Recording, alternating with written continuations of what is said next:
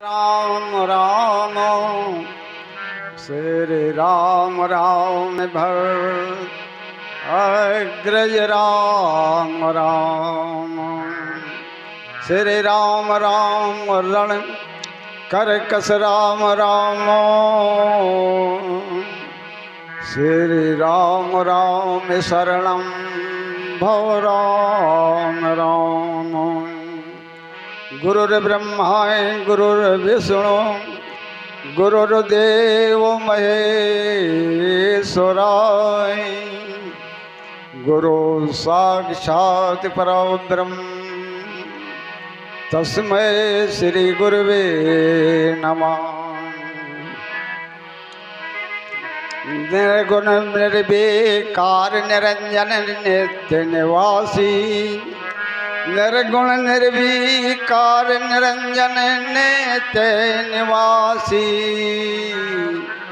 अलख अखंड अनंत अनामय अजय अविनाशी श्रोत्रे ब्रह्म विचार वेद भी पार न पावे जड़ चेतन के ग्रंथ खोल निज स्वरूप लखावे भ्रम में भटके जीव को पहुँचाते निज धाम है। आत्मानंद गुरुदेव को कोट ने बारो प्रणाम है। अर्चनी बंदनी प्रातः स्मरणी आचार्य प्रवर महामल्लेश्वर पुरुष सद्गुरु भगवान के चरणों में कोट सा नमन।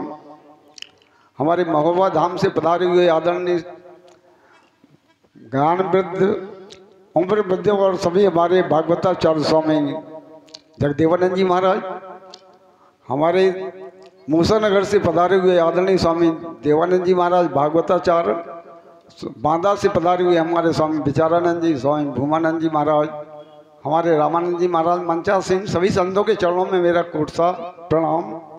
संचालक मंत्री के रूप में हमारे शास्त्री जी, धर्म प्रेमी जो बंधुओं माताओं बहनों, दो बार भगवान का नाम थोड़ी चर्चा।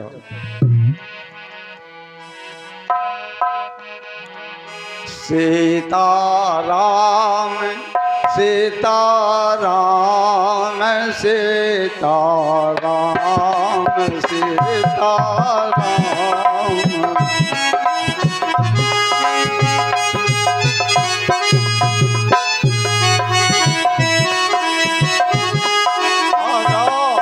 राधे श्याम राधे श्याम राधे श्याम राधे श्याम।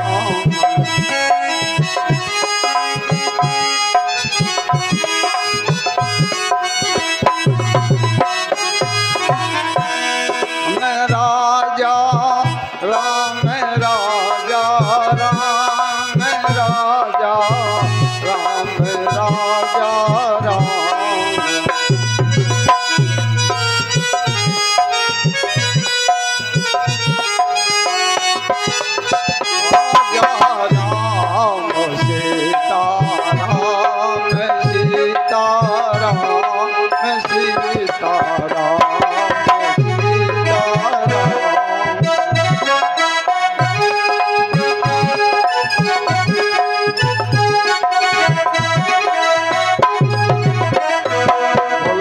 सदगुरुदेव भगवान की। वही नहीं बोल रहा भाई, अरे भगवान की जय तो बोलना चाहिए। सनातन धर्म की।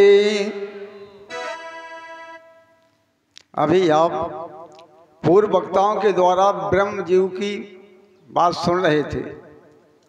मैं पूछूं कि जीव का स्वरूप क्या है? जीव का स्वरूप क्या है? क्योंकि इसके में भ्रम पड़ जाता है। जीव मानस में दो तरह का बताया गया है। जीव जड़ भी कह दिया है जीव को और चेतन भी कह दिया है। प्रमाण दे रहा हूं। श्रोता वक्ता ज्ञान निधि कथा राम के गोर क्या मैं समझे यह जीव जड़ कलिमल ग्रसित विमोह। यहाँ जीव को जड़ कह दिया। क्या हम समझे? ये जीव वो जड़ कलिमल ग्रसित विमूल, कलियों के पापों से ग्रसित हुआ ये जीव क्या समझे। उत्तरकांड में आइए, लोमर्षि का संवाद। क्रोध की द्वैत बुद्धि बिने, क्रोध की बिने अज्ञान, माया बस पर छन्न जड़ जीव की से समान। यहाँ भी जड़ कह दिया है कि ये माया के बस में जड़ है, जीव है, ये जड़ है, ये ईश्वर नहीं हो सकता है। भ्रम पैदा होते हैं। वही रामायण कह रही तुम्हें ईश्वर अंश, ईश्वर अंश जीव अविनाशी।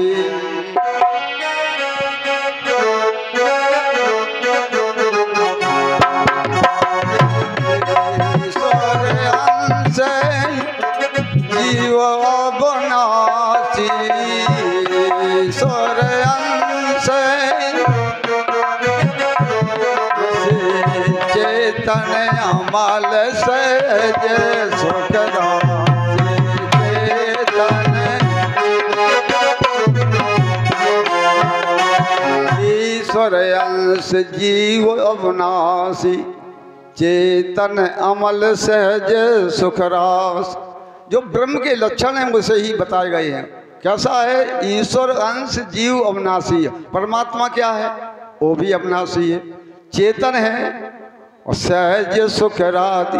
ब्रह्म के लक्षण हैं जो स्वरूप है उसका सत्य चित्त आनंद। तो इस चौपाई में तो ये जीव को ब्रह्म बता दिया गया है। और उधर चलेंगे, आदि गुरु शंकराचार्य जी हैं, वो कहते हैं श्लोकार्धेन प्रवृत्तम विद्युक्तम कोट ग्रंथ भी, सैकड़ों और हजारों ग्रंथों की बात नहीं की। उन्होंने जो करोड़ों ग्रंथों में जो कहा गया है, आधे श्लोक में कहा गया है, वो मैं तुमको बताने जा रहा हूँ। वो क्या बताया? वो कह रहे हैं ब्रह्म सत्यम जगत मिथ्या जीवो ब्रह्मयो ना परा। ब्रह्म सत्यम, ब्रह्म सत्य है और ये संसार क्या है? मिथ्या कहा है, झूठा नहीं कहा गया। मिथ्या उसे कहते हैं जिसके बारे में ना सत्य कहा जाए ना असत कहा जाए, तो वो कहते हैं संसार है। इसके लिए इसको अनवर्चनीय कहा गया है। ये सत्य भी नहीं कहा जा सकता है और असत्य भी नहीं कहा जाता है, इसलिए मिथ्या शब्द प्रयोग किया है। जीवो ब्रह्मो ना पराय, जीव ही ब्रह्म है, दूसरा नहीं। ये करोड़ों ग्रंथों का सार आदि गुरु शंकराचार्य जी बता रहे हैं। अब आप बताइए कि जीव को जड़ कहा जाए या चेतन कहा जाए? किसी के पास उत्तर है इसका? दोनों भ्रम में पड़ जाते हैं कि जीव को, इसलिए जीव में भ्रम पड़ा होता है। जीव का स्वरूप सुनिए, अंतःकरण से ध्यान से सुनेंगे तो आएगा समझ में, नीति खाक नहीं आएगा। वेदांत का विषय है। अंतःकरण सहित चिदाभास से युक्त कूटस्थ चेतन, तीन मिलकर के ये जीव संख्या कही गई है हमारे शास्त्रों में। अब जीव को आत्मा तो शुद्ध बुद्ध है, निरंजन है, मुक्त है, उसको कुछ करना ही ना। ये आत्मा कथा सुनती है ना उसको जरूरत है, और ये शरीर है, ये जड़ है, ये कथा सुन नहीं सकता है। बीच में ये चिदाभास आ गया। चिदाभास किसको कहते हैं? जब चेतन का, आत्मा का जो प्रतिबिंब अंतःकरण रूपी दर्पण पर पड़ता है, उसके प्रतिबिंब का नाम चिदाभास है, चेतन का आभास। जैसे उदाहरण से समझिए, सूर्य को जो हम दर्पण में लेते हैं तो सूर्य का दर्पण में जहाँ सूर्य नहीं जाता है वहाँ दर्पण का ये सूर्याभास पहुँच जाता है। सूर्य के जो प्रतिबिंब को हम सूर्याभास कहते हैं। इसी प्रकार के आत्मा रूपी सूर्य का अंतःकरण रूपी दर्पण में जब प्रतिबिंब बनता है, उसका रिफ्लेक्शन पड़ता है, तो उसको कहते हैं चिदाभास। चिदाभास में ही गड़बड़ी हुई है। चिदाभास जब ये अंतःकरण की, ऐसा समझो ये तीन है, ये है अंतःकरण, दिखाई दे रहा है यहाँ से। ये जो तर्जनी उंगली है ये अंतःकरण है, बड़ी उंगली है ये है चिदाभास, और एक कूटस्थ चेतन है जो कि तर्जनी वो कहलाती है अनाम का। जब ये चिदाभास यहाँ अंतःकरण से मिल जाता है, मन बुद्धि से मिल जाता है, शरीर से मिल जाता है, ज्ञान इंद्रियों से मिलता है। जब बुद्धि से मिलता है तो मैं तो जानता हूँ, मन से मिलता है तो कहता है मैं भोगता हूँ, ज्ञान इंद्रियों से मिलकर के ये ज्ञाता बन जाता है, कर्म इंद्रियों से मिलकर के कौन, ये चिदाभास बीच वाला चिदाभास ही मिलता है, ये अकेला कभी नहीं मिलता है, ये तो कोई ना कोई साथ लेकर के ही मिलता है। तो जब इंद्रियों से मिलता है, शरीर से मिलता है, तो मैं इतने वर्ष का हो गया हूँ, बीमार पड़ जाऊंगा, एक दिन मर जाऊंगा, ये देहाध्यास पड़ा हुआ है उसका जी। वही यही चिदाभास जब कूटस्थ चेतन से मिलता है तो साक्षात ब्रह्म होता है। और जड़ इसलिए हो गया है क्योंकि ये पूरा शरीर 5 तत्वों का पुतला बना हुआ है, ये जड़ है। सारी इंद्रियां 14 इंद्रियां जो 5 ज्ञानेंद्रिय, 5 कर्मेंद्रिय, चतुर्थ अंतःकरण, ये सब जड़ हैं। जब ये जड़ चीजों से मिल जाता है तो इसकी उपाधि के कारण इसको जड़ कहा गया है मानस में। और जब यही कूटस्थ चेतन से मिलता है चिदाभास तो साक्षात ब्रह्म को, इसलिए शंकर जी ने को कहना पड़ा, आदिगुरु शंकराचार्य जिसने वेदांत का प्रतिपादन किया है, उन्होंने सारे शास्त्रों का निचोड़ वेदांत को ही रखा है। और हमारे तो डॉक्टर साहब तो वेदांत जानते भी नहीं कि वेदांत क्या है, वे कहते वेदांत बोलते रहते हैं, वेदांत का तो जानते ही नहीं। उसकी परिभाषा करे तो इसका, अरे वेद माना होता है जानना, अंत माना होता है जानना, जहाँ जानने का अंत हो जाता है उसका नाम वेदांत है। दूसरी परिभाषा वेदांत वेदों का, जहाँ वेद का अंत का भाग है, यानी कहने का मतलब 1 लाख मंत्र हैं हमारे वेदों में। 80,000 मंत्र तो हैं वो कर्म कांड के हैं, 16,000 मंत्र हैं वो उपासना कांड के हैं, 4,000 मंत्र जिसको उपनिषद विद्या कहते हैं, उपनिषद विद्या है वो 4,000 मंत्र ही वेदांत कहला। वेदा नाम धन अंत इति वेदांता, वेद के अंत का भाग ही वेदांत कहलाता है। तो वेदांत की परिभाषा नहीं हमारे डॉक्टर साहब जानते हैं कि वेद क्या है, और मुझे ये भी मालूम नहीं कि कौन वेद लेकर के ये बोलते हैं। बिल्कुल श्रुति के बिल्कुल विरोध में लगा ले, सुनते जाओ। जिनको श्रुति का विरोध ज्ञान नहीं है, हमारे श्वेता सोत उपनिषद में कहा है, एको देवा सर्वभूतेषु गूढ़ा, एक देव है केवल, दूसरा नहीं। एको देवा सर्वभूतेषु गूढ़ा, सर्वव्यापी, सर्वव्यापी कहा गया है। और सर्वव्यापी में कहते हैं वो जो व्यापक है ही नहीं, एक देशी बना है। जो असीम है, अपार है, अखंड है, उसको एक देशी बना दिया है, वो सब व्यापक हो नहीं सकता है। इस सृष्टि के बिल्कुल विरोध में बोलते हैं, गलत बोलते हैं उसे। श्वेता उपनिषद कहता है, एको देवा सर्वभूतेषु गूढ़ा, सर्वभूतों में वो छपा हुआ है, सर्वव्यापी, सर्वभूतांत आत्मा, सभी भूतों के अंतर की वो आत्मा है।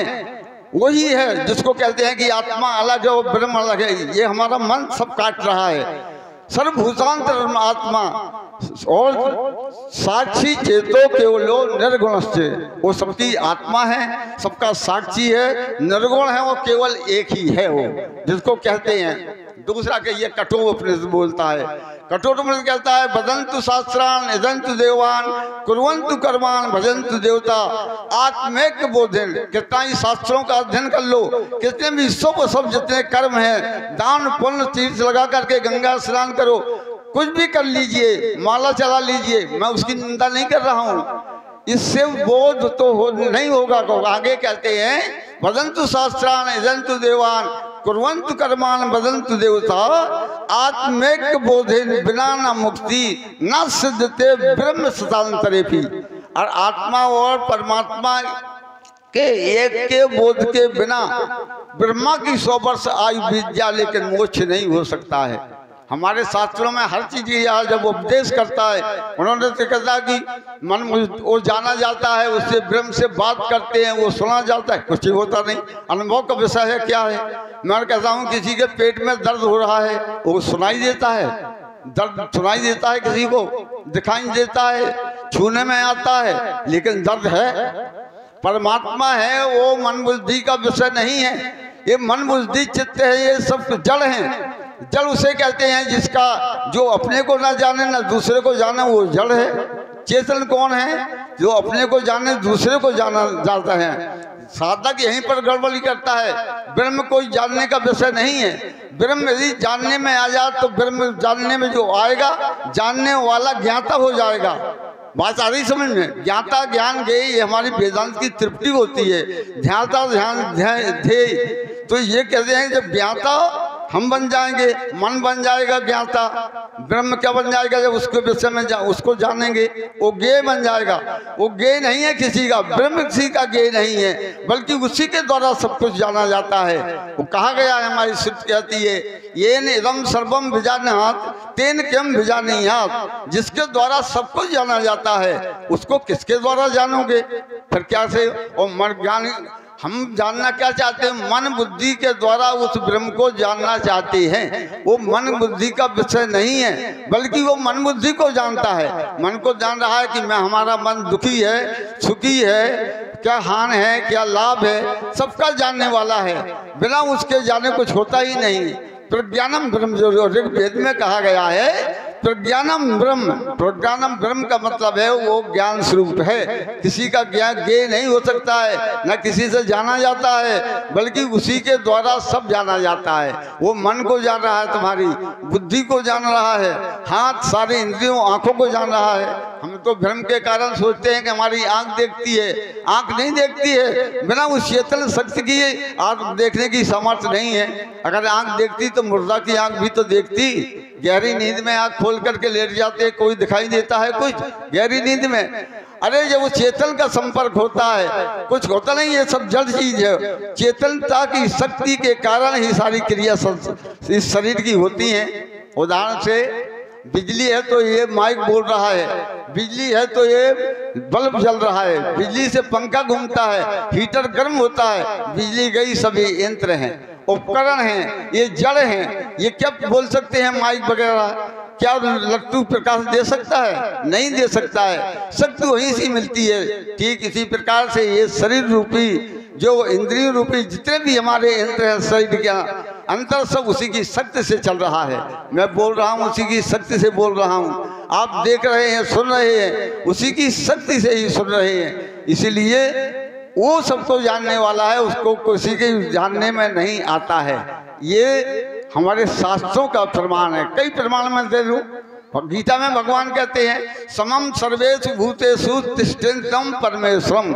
हे अर्जुन, मैं समान रूप से, ऐसा नहीं किसी में ज्यादा किसी में कम, समान रूप से मैं सबके अंदर में ही विराजमान हूँ। परमात्मा एक चींटी में वही है और वही परमात्मा एक हाथी में है।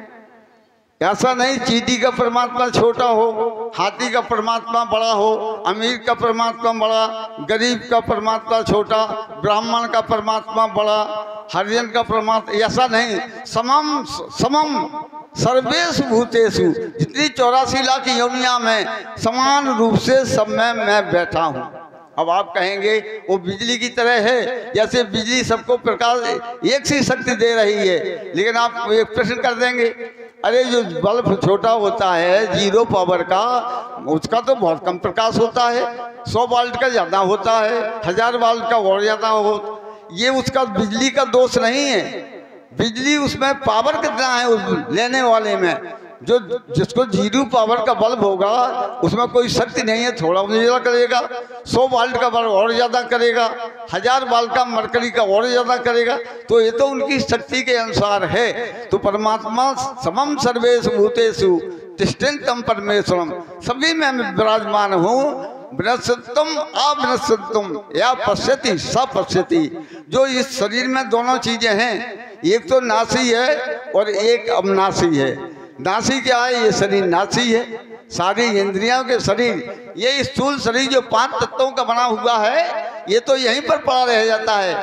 कीमत तो उस अंदर वाले जो सूक्ष्म शरीर है, जो 19 तत्वों का बना हुआ है, जब वो निकल जाता है तो इसको कहते हैं अरे मिट्टी हो गई, मिट्टी हो गई।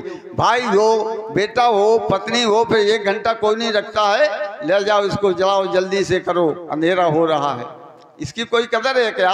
जिसको लिए बैठे हो, 5 तत्व का मिट्टी का धोंधा लिए हो, माने रहते हो मैं शरीर हूँ। अरे कहीं उठा करके देखो, शरीर कहीं लिखा नहीं कि तुम शरीर हो। चाहे ब्राह्मण जो उठा करके देखो, गीता देखो, गीता हो, यही तो भगवान ने कहा अर्जुन को समझाया है कि क्यों जिन 20 आदमियों को शरीरों की चिंता कर रहा है, ये मेरे मामा फूफा साले याद बहन हुई है, ये तेरे तो शरीरों की ओर देख रहा है। मैं पूछता हूँ तुमसे, भगवान कितना प्रश्न कर दिया कि जन्म के पहले ये शरीर थे? बोल अर्जुन, जन्म के पहले ये शरीर थे? कह रहे नहीं थे। अच्छा मरने के बाद रहेंगे? कल मर के बाद नहीं रहेंगे। तो कहते हैं फिर क्यों चिंता करता है? आप व्यक्ताधीन भूतानि व्यक्त मध्यान भारत। पहले जब सृष्टि नहीं थी तो एको ब्रह्म द्वितीया नास्ति, एक ब्रह्म के अलावा कुछ था नहीं। ये दूसरे आत्मा पात्मान में जो अलग अलग बांट रहे हैं, जीव फलाना, ये कुछ नहीं, ये कुछ है नहीं। ईसावास उपनिषद का मंत्र बोलता है यही, ईसावाद्यम इदम सर्पम। इदम कहलाता है ये ब्रह्मांड पूरा जितना इदम करके जो भास रहा है। ईसावासम विदम सर्वम यत् किंचित जगत्याम जगत। जितना ये संसार ब्रह्मांड दिखाई देता है सब ये परमात्मा ही परमात्मा है। जैसे उदाहरण से समझें, जैसे बर्फ में जल ही जल व्यापक है, जल के अलावा बर्फ है ही नहीं। अज्ञानी देखता है कि ये बर्फ है, लंबी है, चौड़ी है, गोल है, ठंडक है, ये अज्ञानी की दृष्टि है। ज्ञानी कहता है मुझे तो पानी के अलावा दिखाई नहीं देता है, क्योंकि जब बर्फ नहीं बनी थी तो पहले पानी था। वही पानी जब 0 डिग्री सेंटीग्रेड के नीचे आ गया तो जम करके बर्फ का रूप हो गया। तो अभी भी वो बर्फ पानी ही है, ओतप्रोत पानी भरा है। थोड़ी गर्मी लगेगी तो फिर वो बर्फ पिघल करके फिर पानी बन जाएगी। तो जो पानी पहले था वही बाद में पानी भी रहा। तो बीच में क्या हुआ? बीच में भी पानी है। तो ऐसे ही वो परमात्मा जब सृष्टि नहीं थी तब परमात्मा था। उसके स्फुरण हुई एक माया की प्रेरणा से एको हम बहुत श्याम, मैं एक से अनेक हो जाऊं। सारी सृष्टि उसी से हो गई और ये सारा संसार जगत पहले अव्यक्त था। भगवान कृष्ण कहते हैं अव्यक्त। बता देना मुझे,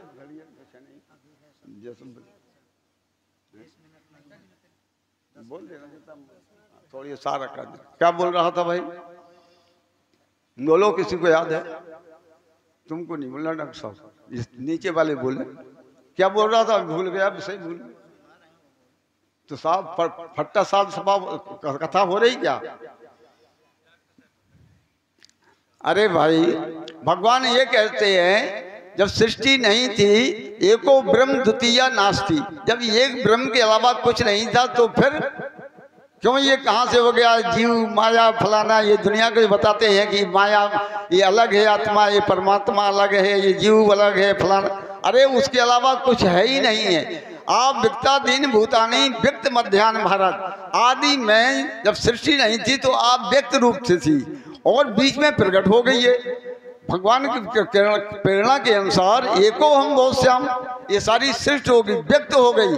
आप व्यक्त निधनान नहीं हो। जब प्रलय पड़ेगा तो फिर आप व्यक्त हो जाएगी। हर जो तत्र का पा देव ना, इसलिए इसकी चिंता क्यों करते हो? क्योंकि ये तो क्रम चलता है, बनादि काल से क्रम चला रहा है। कभी प्रकट हो जाती है प्रकट और कभी आप प्रकट हो जाती है। तो जैसे जल ही बर्फ है, वेदांत का सिद्धांत है जो चीज आदि में नहीं होती है अंत में नहीं होती है, वो बीच में कुछ होती नहीं है, केवल प्रतीत मात्र होती है। ये संसार पहले भी नहीं था, बाद में बना है और ये प्रतीत मात्र केवल परमात्मा ही परमात्मा है। दो तरह से उन्होंने वेदांत को समझना पड़ेगा।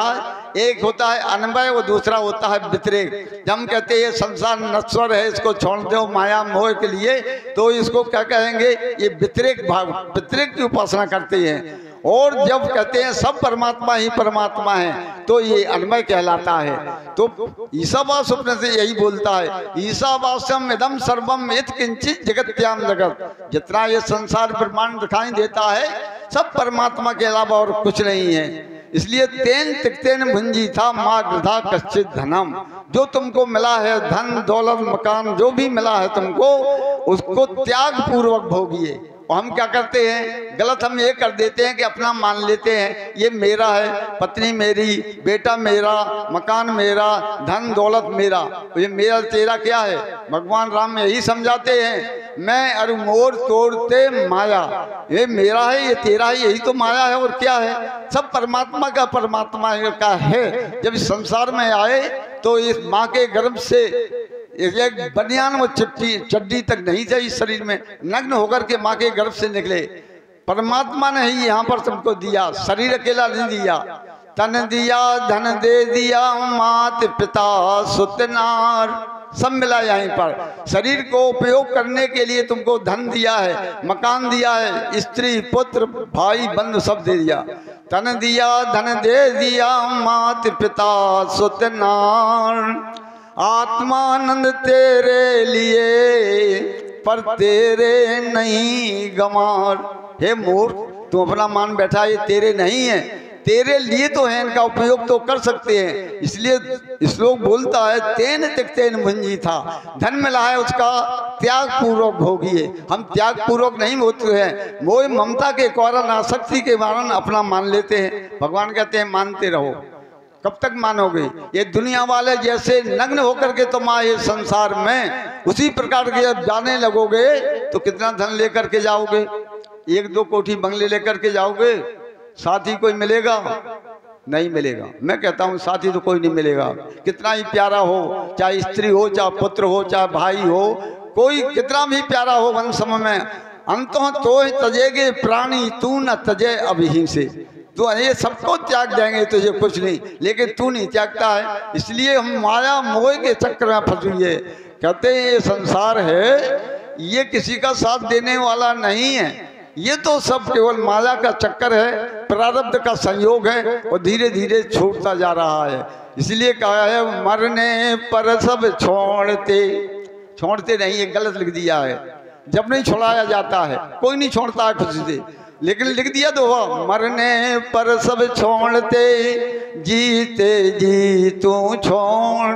क्या संसार को छोड़ करके कहाँ जाओगे?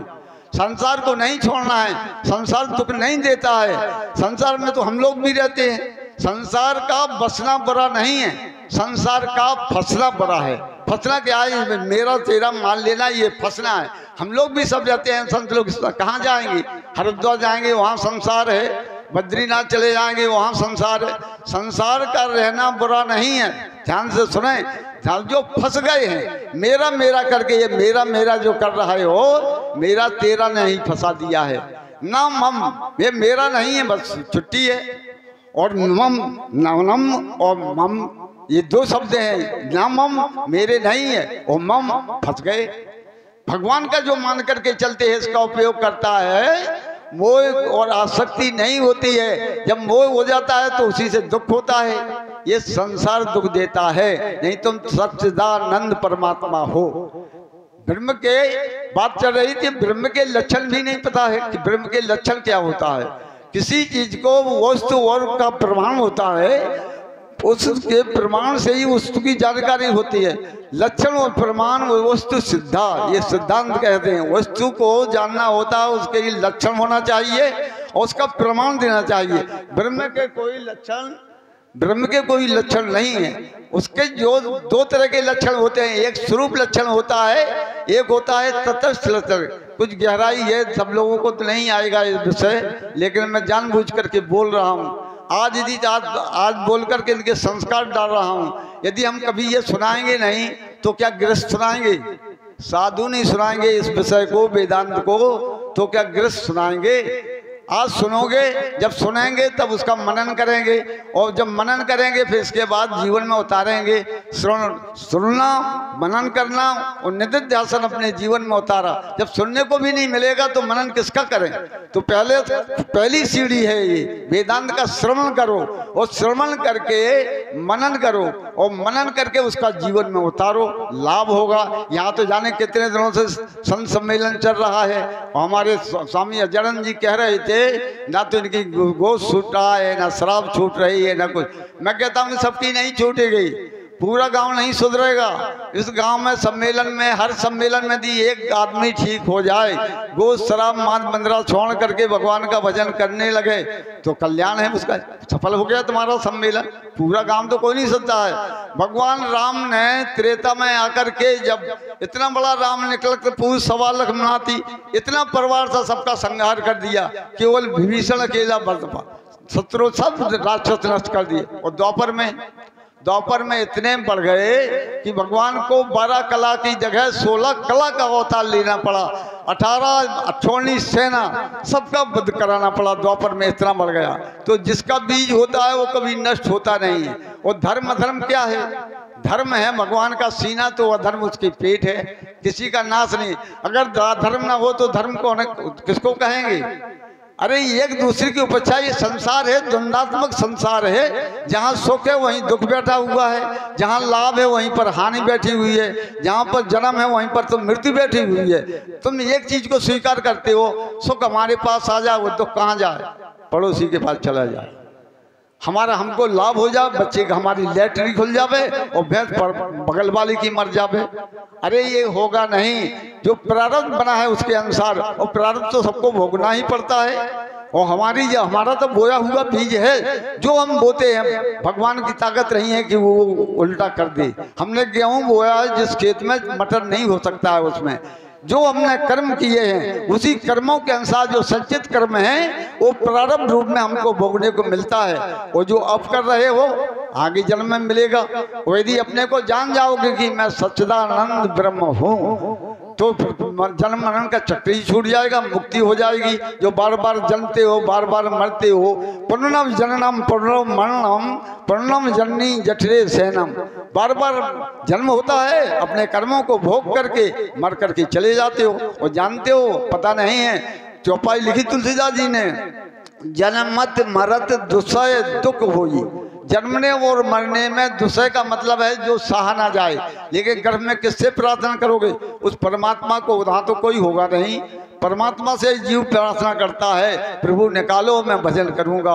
भजन क्या करूंगा? यहाँ जब बड़ा हुआ माया के चक्कर में फंस करके परिवार के जाल में फंस गए, मकड़ी का जाल बन गया। मकड़ी जाल मुंह से निकालती है, हमारा ही परिवार है, हमारे बाल बच्चे नाती पोते हो गए, ये मकड़ी का जाला फंस गया। और देखा होगा मकड़ी उसी जाले में फंस करके मर जाती है। हमारा जीवन भी इतना है। इसके लिए नहीं आए हो, साधन धाम मोक्ष कर द्वारा। मनुष्य का शरीर दिया है 84, घूमने के बाद दिया है परमात्मा ने। कबहू कर करुणा नर देही। उसको दया लगती है इस जीव के ऊपर कि सब योनियों में भूल चुका है, इसका उद्धार नहीं हुआ है। उस उद्धार करने के लिए, आवागमन के चक्र से रहित होने के लिए मनुष्य का शरीर मिला है। इसलिए इस जीवन के रहते रहते उसको कर लीजिए। समय हो गया है, अतिक्रमण नहीं करता। मैं अपनी वाणी को यहीं विराम देता हूँ। आगे बोलने से समय निकाल वाणी को विराम। ओम शांति शांति शांति। बोलो सदगुरुदेव भगवान की।